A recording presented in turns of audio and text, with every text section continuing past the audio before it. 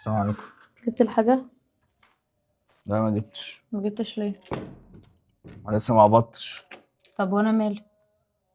انا مالي دي بايك لسه القبض فاضل عليه اسبوع. المفروض انت راجل يعني تتصرف. ليه انزل اسرق يعني؟ انا ما هو انت كل قلتلكش تسرق. طلباتك مجابه؟ انا ما قلتلكش تسرق. كل طلباتي مجابة. ما انت متجوزني ليه؟ متجوزك ليه؟ متجوزني ليه؟ مش عشان عشان تصرف عليا وتجيب لي كل اللي انا عايزاه؟ ولا افضل اعيش معاك كده بالمنظر ده؟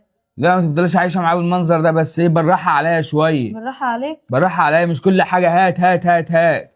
دي مش عيشه. مش عيشة؟ امال انهي عيشة بقى اللي تعجب انت لسه حضرتك؟ عندك مصاريف بيت ومصاريف عيل.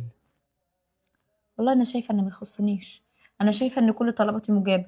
فلوس الاقي، اي حاجة اطلبها من بره الاقي. ليه مفكره اكتر نفسك من كده مين؟ اكتر من كده يبقى روح عند اهلي. روحي عند اهلك. روح ده عند انت ما اهلي. كنتش كده اصلا، انا جايبك من بيت اهلك ما كنتش كده، كنت بتراعي ربنا في بيتك الاول وماشيه البيت واحده وما واحده. عادش ينفع معاك ان راعي ربنا معاك. ما انتش بتقدر اي حاجه حلوه انا بعملها في البيت.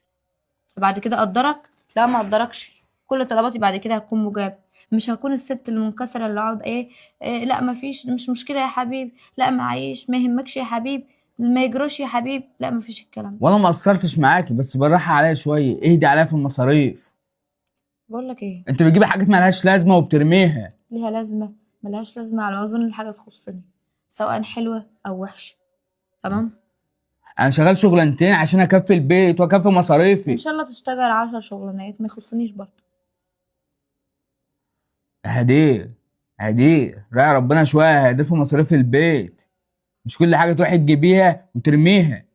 يعني انت جايبه لك طعمين الاسبوع اللي فات ب 2000 جنيه، شحتيهم مش جبتيهم لبستيهم، انت جبتيهم استيهم، لا مش عاجبني، انت جاي رايحه مشحتاهم.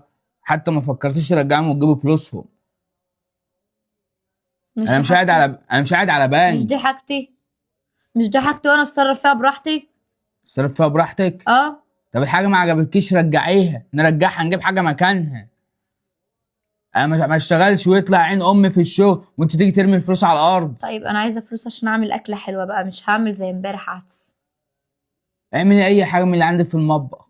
ما فيش حاجه، في مكرونه وفي عدس ورز، فاصوليا والحاجات دي. انا عايزه اجيب فراخ، اجيب لحمه، سجق، كبده.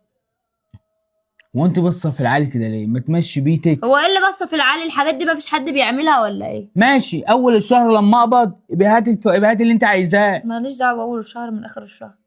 انت كنت نازل تتصرف في فلوس، ما اتصرفتش ليه؟ وانا مش هستلف. وانا آه. مش هستلف. وانا مش هقعد. يبقى راح عند ابويا.